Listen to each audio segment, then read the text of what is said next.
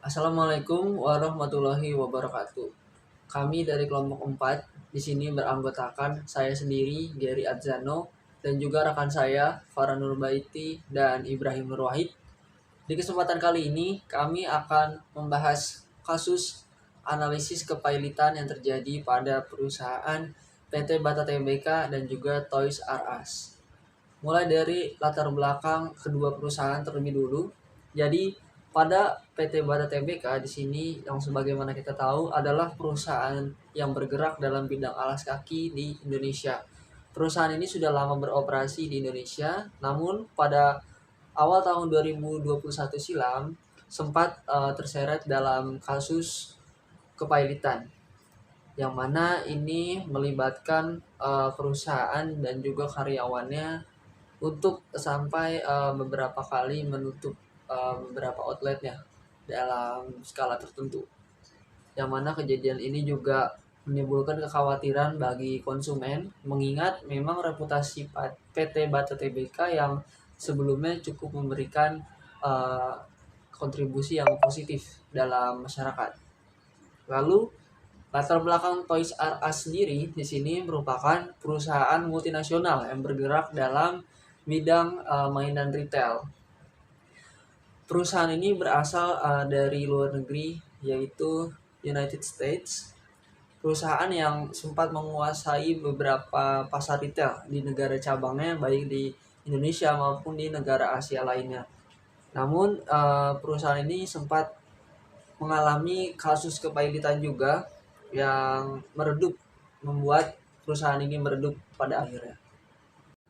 Selanjutnya adalah analisis hukum perlindungan konsumen. Hak konsumen atas produk yang aman, kualitas terjamin, dan informasi yang cukup dilindungi di Indonesia melalui Undang-Undang Nomor 8 Tahun 1999 tentang Perlindungan Konsumen. Dan jika perusahaan mengalami isu finansial besar atau PHK, penutupan pabrik dan distribusi barang, konsumen harus tetap dilindungi. Misalnya pemenuhan garansi dan layanan purna jual. Bata menutup pabrik dan menata ulang model bisnis, fokus pada e-commerce. Dan namun tetap menjual produknya ke konsumen. Perusahaan bertanggung jawab menjaga standar mutu dan layanan terutama ketika kapasitas produk berubah. Analis hukum kekayaan intelektual. Jenis hak yang paling relevan untuk brand sepatu adalah sebagai berikut. Yang pertama ada merek trademark, kedua desain industri, ketiga copyright atau hak cipta. Konsep hak kekayaan intelektual dalam kasus Toys R Us, yaitu meliputi hak cipta untuk iklan, jingle, dan desain katalog, sampai materi promosi global, lalu trade desk, tampilan toko, konsep visual khas retail mainan.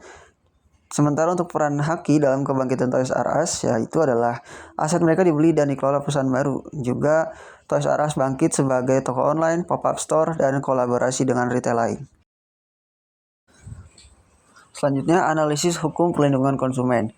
Pelajaran perlindungan konsumen yang dapat diketahui: pertama, kepailitan perusahaan besar tidak otomatis menghapus tanggung jawab moral kepada konsumen. Kedua, pada perspektif negara, perlu adanya aturan perlindungan gift card dan regulasi transparansi saat perusahaan menuju likuidasi. Yang ketiga, konsumen harus lebih sadar risiko saat membeli produk dari perusahaan bermasalah finansial. Berikutnya, Hukum Persaingan Usaha, Dasar Hukum UU Nomor 5 Tahun 1999, yaitu mengatur larangan monopoli dan persaingan usaha tidak sehat. Untuk PT Bata Tbk, sebagai perusahaan nasional, mereka menghadapi persaingan domestik yang sangat tinggi. Kompetitor mereka termasuk brand internasional seperti Adidas, Nike, dan juga brand lokal seperti Space. Strategi Bata adalah fokus pada diferensiasi produk dan kualitas, serta tetap berada di bawah pengawasan KPPU. Sedangkan Toys R Us, meskipun pernah mendominasi pasar mainan global, mereka gagal beradaptasi dengan perkembangan teknologi, khususnya e-commerce, kalah bersaing dengan Amazon dan Walmart, membuat model retail tradisional mereka menjadi tidak efisien. Hukum Kepailitan dan PKPU. Dasar Hukum UU Nomor 37 Tahun 2004, yaitu mengatur kondisi pailit dan PKPU sebagai upaya restrukturisasi utang. Untuk kasus PT Bata Tbk, saat ini perusahaan tidak pernah dinyatakan pilot. Mereka pernah menghadapi permohonan PKPU dari mantan karyawan terkait klaim pesangon. Namun, perusahaan berhasil menolak dengan menunjukkan kondisi finansial yang masih sehat. Ini menunjukkan pentingnya manajemen risiko, hukum, dan finansial yang baik.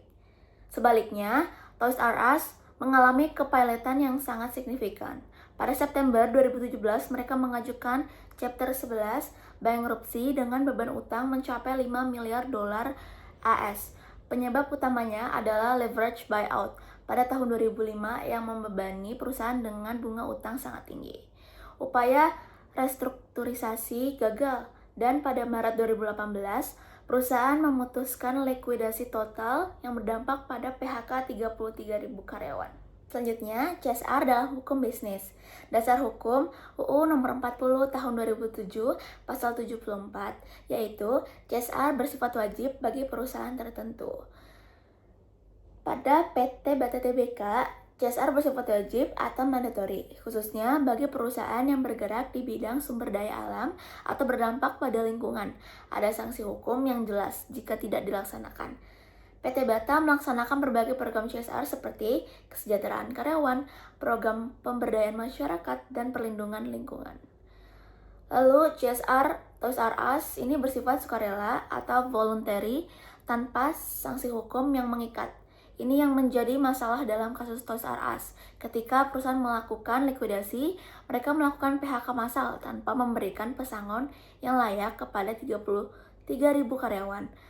Nah, hal ini memicu kritik publik yang masif dan menyebabkan kerusakan reputasi yang tidak dapat diperbaiki. Selanjutnya adalah sengketa dalam aspek hukum bisnis. Sengketa dalam aspek hukum bisnis adalah perselisihan yang timbul akibat keputusan atau aktivitas usaha perusahaan yang menimbulkan perbedaan hak dan kewajiban antara perusahaan dengan pihak lain. Yang dimaksud di sini adalah karyawan, mitra, konsumen, ataupun pihak terkait. Dasar hukumnya adalah KUH Perdata pasal 1239 tentang wan prestasi dan juga pasal 1365 tentang perbuatan melawan hukum yang merugikan pihak lain. Contoh kasusnya ada di PT Bata Tbk, sengketa ketenagakerjaan akibat penutupan pabrik. Jadi PT Sepatu Bata Tbk ini menutup pabrik di Purwakarta sebagai bagian dari strategi efisiensi bisnis. Penutupan pabrik menyebabkan pemutusan hubungan kerja ataupun PHK terhadap para karyawan. Yang muncul potensi sengketa hubungan industrial terutama terkait pesangon, uang penghargaan masa kerja, dan juga hak normatif pekerja lainnya. Aspek hukum sengketa, PHK harus sesuai ketentuan Undang-Undang Ketenagakerjaan dan Undang-Undang Cipta Kerja. Jika hak pekerja dianggap tidak terpenuhi, sengketa diselesaikan melalui yang pertama adalah perundingan bipartit, yang kedua adalah mediasi, dan yang ketiga adalah pengadilan hubungan industrial ataupun PHI. Contoh kasus di PT Toys R Us, sengketa utang dan kepilitan PT Toys Games Indonesia. Jadi PT Toys Games Indonesia ini adalah pemegang lisensi Toys R Us di Indonesia yang mengalami kesulitan keuangan. Perusahaan gagal membayar hutang kepada sejumlah kreditur dan juga pemasok. Dan kondisi ini menimbulkan sengketa bisnis berbentuk wan prestasi. Aspek hukum sengketa, kreditur mengajukan PKPU dan kepilitan ke pengadilan niaga. Selanjutnya, pengadilan menyatakan perusahaan pilot sehingga seluruh aset perusahaan menjadi bodel pilot. Hak kreditur dan karyawan diproses melalui kurator. Inti analisisnya adalah kasus PT Toys R Us ini menunjukkan bahwa kegagalan memenuhi kewajiban utang dalam kegiatan bisnis dapat berujung pada sengketa hukum berupa kepilitan, meskipun merek perusahaan berskala global. Selanjutnya adalah konsep penyelesaian sengketa dalam aspek hukum bisnis. Jadi penyelesaian sengketa dalam aspek hukum bisnis adalah mekanisme hukum untuk menyelesaikan perselisihan antara pelaku usaha dengan pihak lain akibat kegiatan bisnis. Baik di luar pengadilan, non-litigasi, ataupun melalui pengadilan, yaitu litigasi. Jadi bentuk dan dasar hukumnya yang non-litigasi adalah negosiasi, mediasi, dan konsiliasi.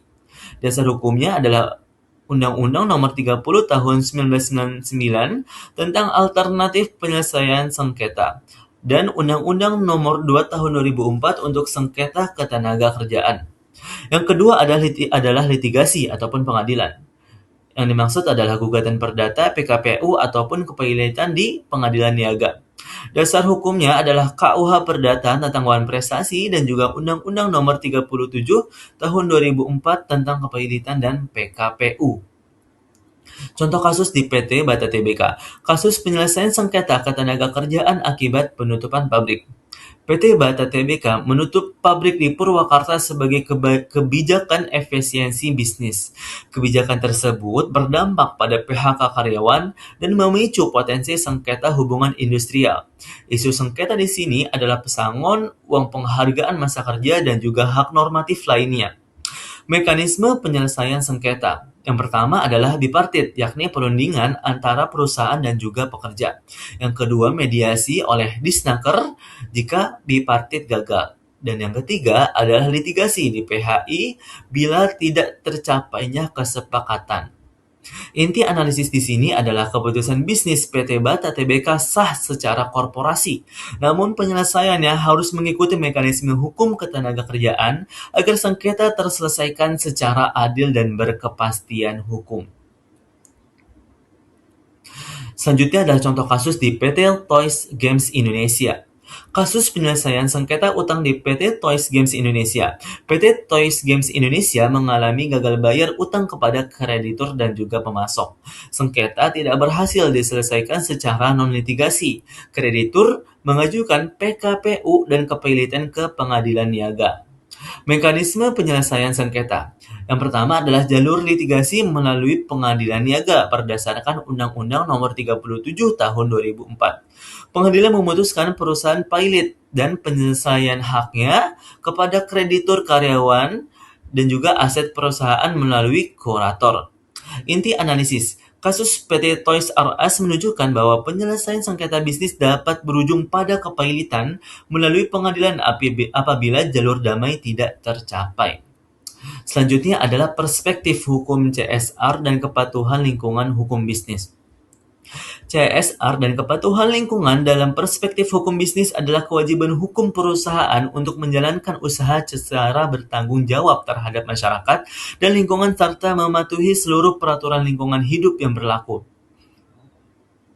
Keduanya menjadi bagian dari tata kelola perusahaan yang baik atau GCG dan keberlanjutan usaha. Dasar hukumnya adalah Undang-Undang Nomor 40 Tahun 2007 tentang perseroan terbatas dan juga pasal 74 perseroan yang berkaitan dengan sumber daya alam wajib melaksanakan CSR. Dan juga nomor 47 tahun 2012. CSR merupakan tanggung jawab direksi dan dianggarkan sebagai biaya perusahaan. Implementasi CSR. Jadi program sosial seperti bantuan sepatu untuk masyarakat dan anak-anak, kegiatan sosial di sekitar wilayah operasional perusahaan, dan perlindungan dan pemenuhan hak karyawan sebagai bagian dari tanggung jawab sosial. Kepatuhan lingkungannya adalah pengolahan limbah produksi dan kepatuhan terhadap standar lingkungan.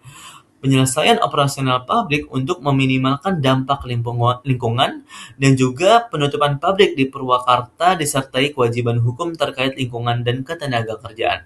Jadi inti analisisnya adalah PT Bata Tbk menunjukkan bahwa CSR dan kepatuhan lingkungan bukan sekadar etika bisnis, melainkan kewajiban hukum yang harus dijalankan untuk menjaga legitimasi usaha dan keberlanjutan perusahaan. Selanjutnya, implementasi CSR dari segi PT Toys R Us.